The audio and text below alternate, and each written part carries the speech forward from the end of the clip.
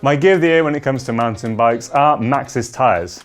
I kind of feel bad recommending a brand rather than a specific tyre, and I also feel bad singling out one brand too, but I know I'd get told off if I went too broad, and there's no one tyre that does it all, so bear with me.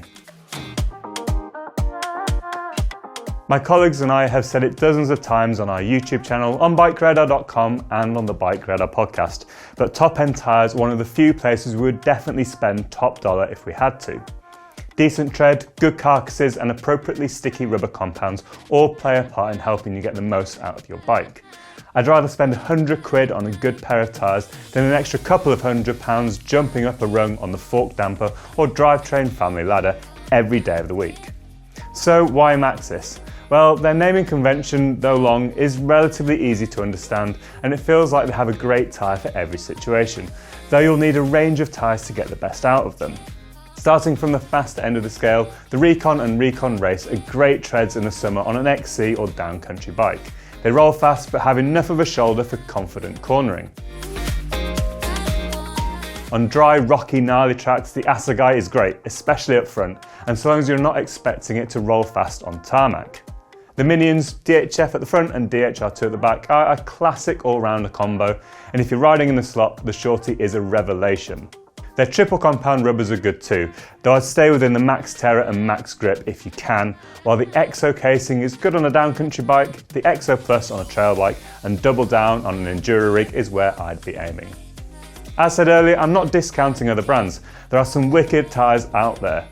I'll be generous actually, here's two more that I've loved this year. Schwalbe's Magic Mary is one of the best all-round winter treads. Just look for their sticky Addix rubber and a decent carcass. And on the faster bikes, I've been impressed with their new Wicked Will too.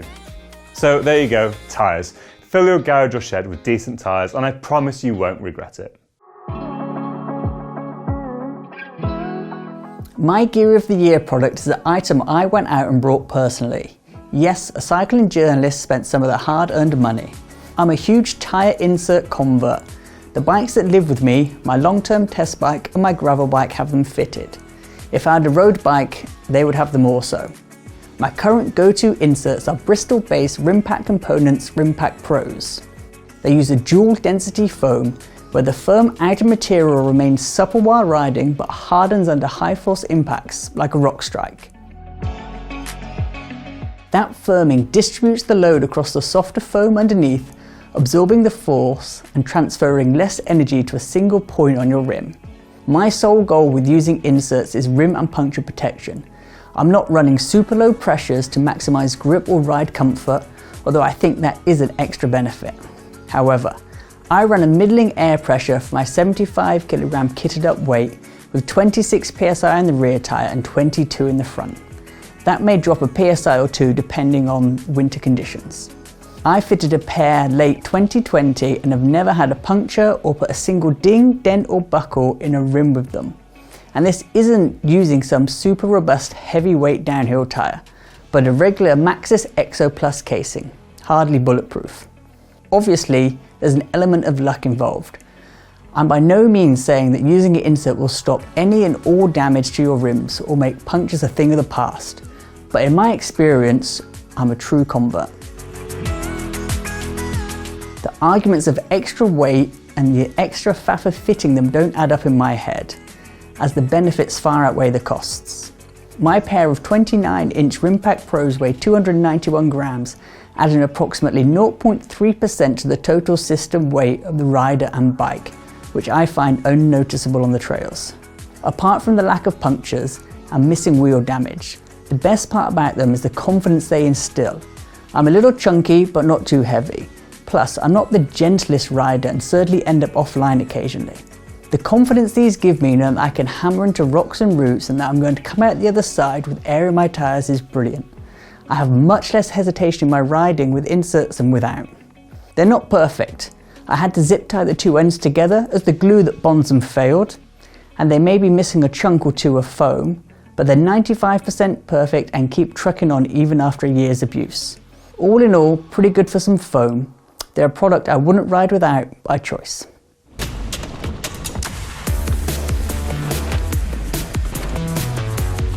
My top pick for this year's Gear of the Year has to be the Magic Shine Montier 8000S. The Montier is Magic Shine's ultra powerful bike light and is designed for the more advanced mountain bike nighttime adventures. At full power, it delivers up to a blinding 8,000 lumens, which lights up the trails more than I could have ever imagined. And the runtime at 1 hour and 15 minutes while producing that power isn't too shabby. I'm blind. At the start of 2021, I bought myself an Exposure Diablo so I could dip my toes into the night riding scene. While this light kind of impressed me, it still wasn't quite enough illumination for those faster, rougher tracks, so my post-work ride options became a tad limited. Since then, it has become my mission to find a well-rounded, widespread, bar-mounted light that I could pair with the Spotlight to up the ante and get more out of my nighttime ventures. And wow, was I impressed when this light found its way into my kit bag. Running it at its 8,000 lumen setting, I can ride confidently without the need of a Diablo as my backup light, although I only do this on trails that I know well and that aren't too twisty.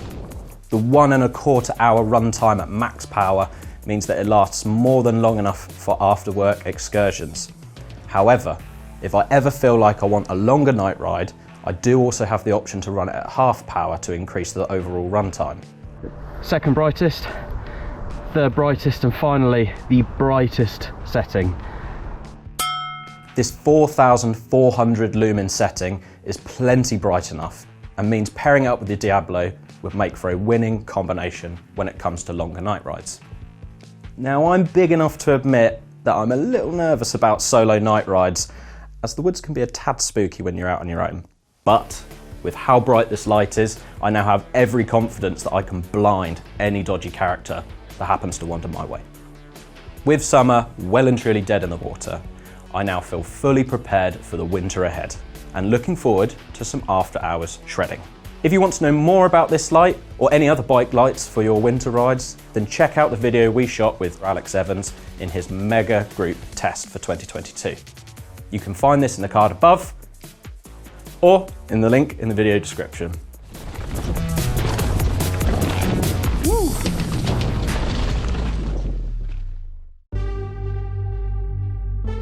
As each year passes and I get older, certain ways of approaching riding seem to further cement themselves in my mind and manifest in my day-to-day activities and practices. This has helped my mind focus on the products that make my time on the bike easier, more comfortable and efficient, and just as importantly, more fun. Arguably, this year's Gear of the Year is no more philosophical than my 2019 and 2020 editions, but the products in it have been refined to unilaterally improve my life out on the bike.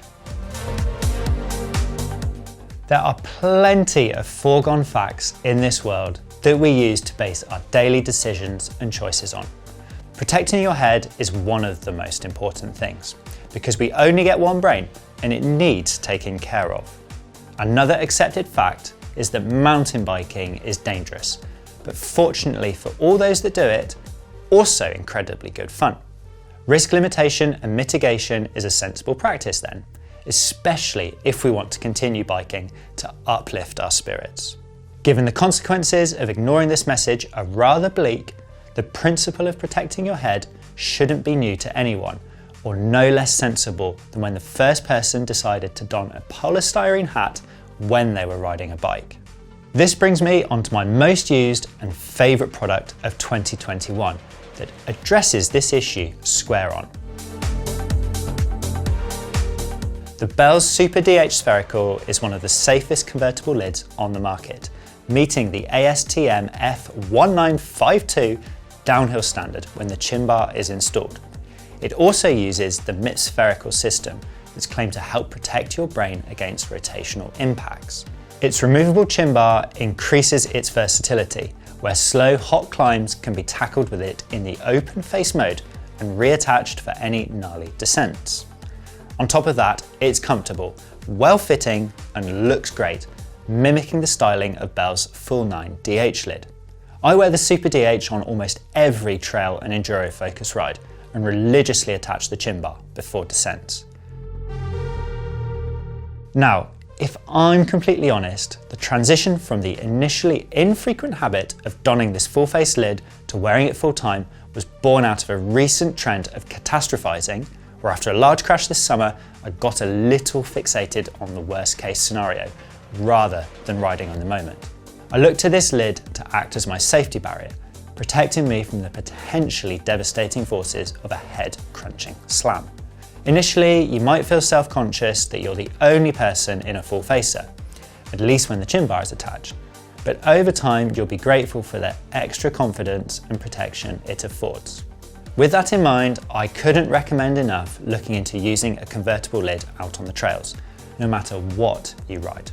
If that's not good enough to persuade you, Rob Weaver, BikeRadar and MBUK's technical editor-in-chief agrees, awarding the Bell Super 4.5 stars when he reviewed it in 2018.